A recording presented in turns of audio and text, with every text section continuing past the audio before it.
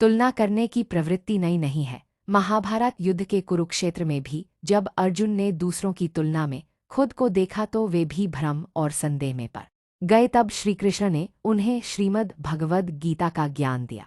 ये ज्ञान आज भी हमारा जीवन बदल सकता है।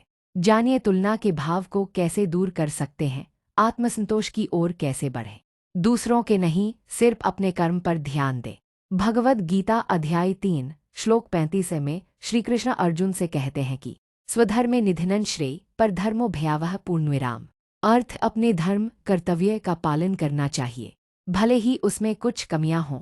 दूसरे के धर्म यानी कर्म को अपनाने से बेहतर है, चाहे वह कितना ही आकर्षक क्यों न लगे।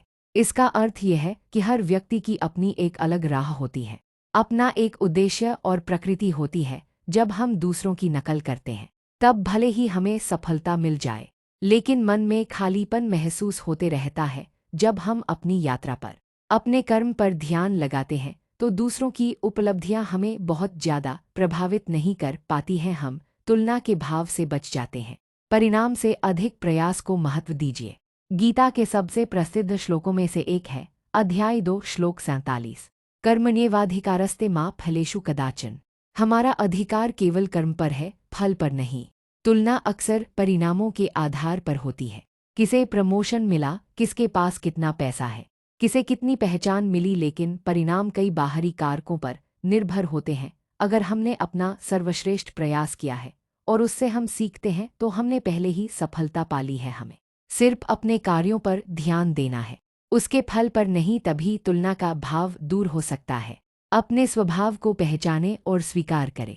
गीता बताती है कि हर व्यक्ति 3 गुणों सत्व शुद्धता, रजस क्रिया और तमस जड़ता के प्रभाव में कार्य करता है। इनका अनुपात हर व्यक्ति में भिन्न होता है, इसलिए किसी ऐसे व्यक्ति से अपनी तुलना करना जो हमारे स्वभाव से बिल्कुल अलग है, ये स्वाभाविक ही अनुचित है। जब हम अपने गुणों को समझते और स्वीकार करते हैं तब हम अपनी प्रगति को वास्तविकता के धरातल पर मापते हैं, न कि कल्पनाओं में। ऐसी स्थिति में हमें तुलना करने के भाव से मुक्ति मिलती है।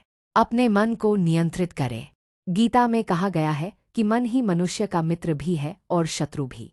मन ही सभी बंधनों का कारक है। तुलना एक अस्थिर भाव है। ध्यान, आत्मनिरीक्षण और सतर्क विचारों के अभ्यास से मन स्थिर होता है। जब आत्मसम्मान भीतर से आता है तो दूसरों की सफलता हमें विचलित नहीं करती है और हम तुलना नहीं करते हैं। मन को नियंत्रित रखें, दूसरों पर नहीं, अपने कर्मों पर ध्यान दें। सब में समानता देखना सीखिए। गीता कहती है कि ज्ञानी व्यक्ति सभी को समभाव से देखता है। जब हम सभी में परमात्मा को देखना शुरू करते हैं तो अच्छा या बुरा, कम या ज़्यादा जैसी तुलना की भावना मिटने लगती है। खुद को कमजोर समझे बिना दूसरों का सम्मान करने लगते हैं। जो चीज़ें स्थायी हैं उन्हें थामे रखिए। श्री कृष्ण बार बार याद दिलाते हैं कि सुख दुख, लाभ हानि, जय पराजय सब अस्थायी हैं। अगर आपका आत्ममूल्य रूप, धन या सामाजिक स्थिति पर आधारित है तो ये चीज़ें जैसे ही बदलती हैं आप असुरक्षित महसूस करेंगे। हमारा चरित्र, साहस, करुणा और ज्ञान ये ऐसी संपत्तियां हैं जो समय के साथ बढ़ती हैं और हमें भीतर से मजबूत बनाती हैं। इन्हें अपने जीवन में बनाए रखना चाहिए। तुलना करें, लेकिन सिर्फ स्वयं से। सबसे स्वस्थ तुलना वह होती है जो आप खुद से करते हैं। आज हम कल से ज़्यादा शांत, कुशल या दयालु हैं। ये असली जीत है जब हम दूसरों से आगे निकलने की बजाय खुद को हर दिन बेहतर बनाने पर ध्यान देते हैं।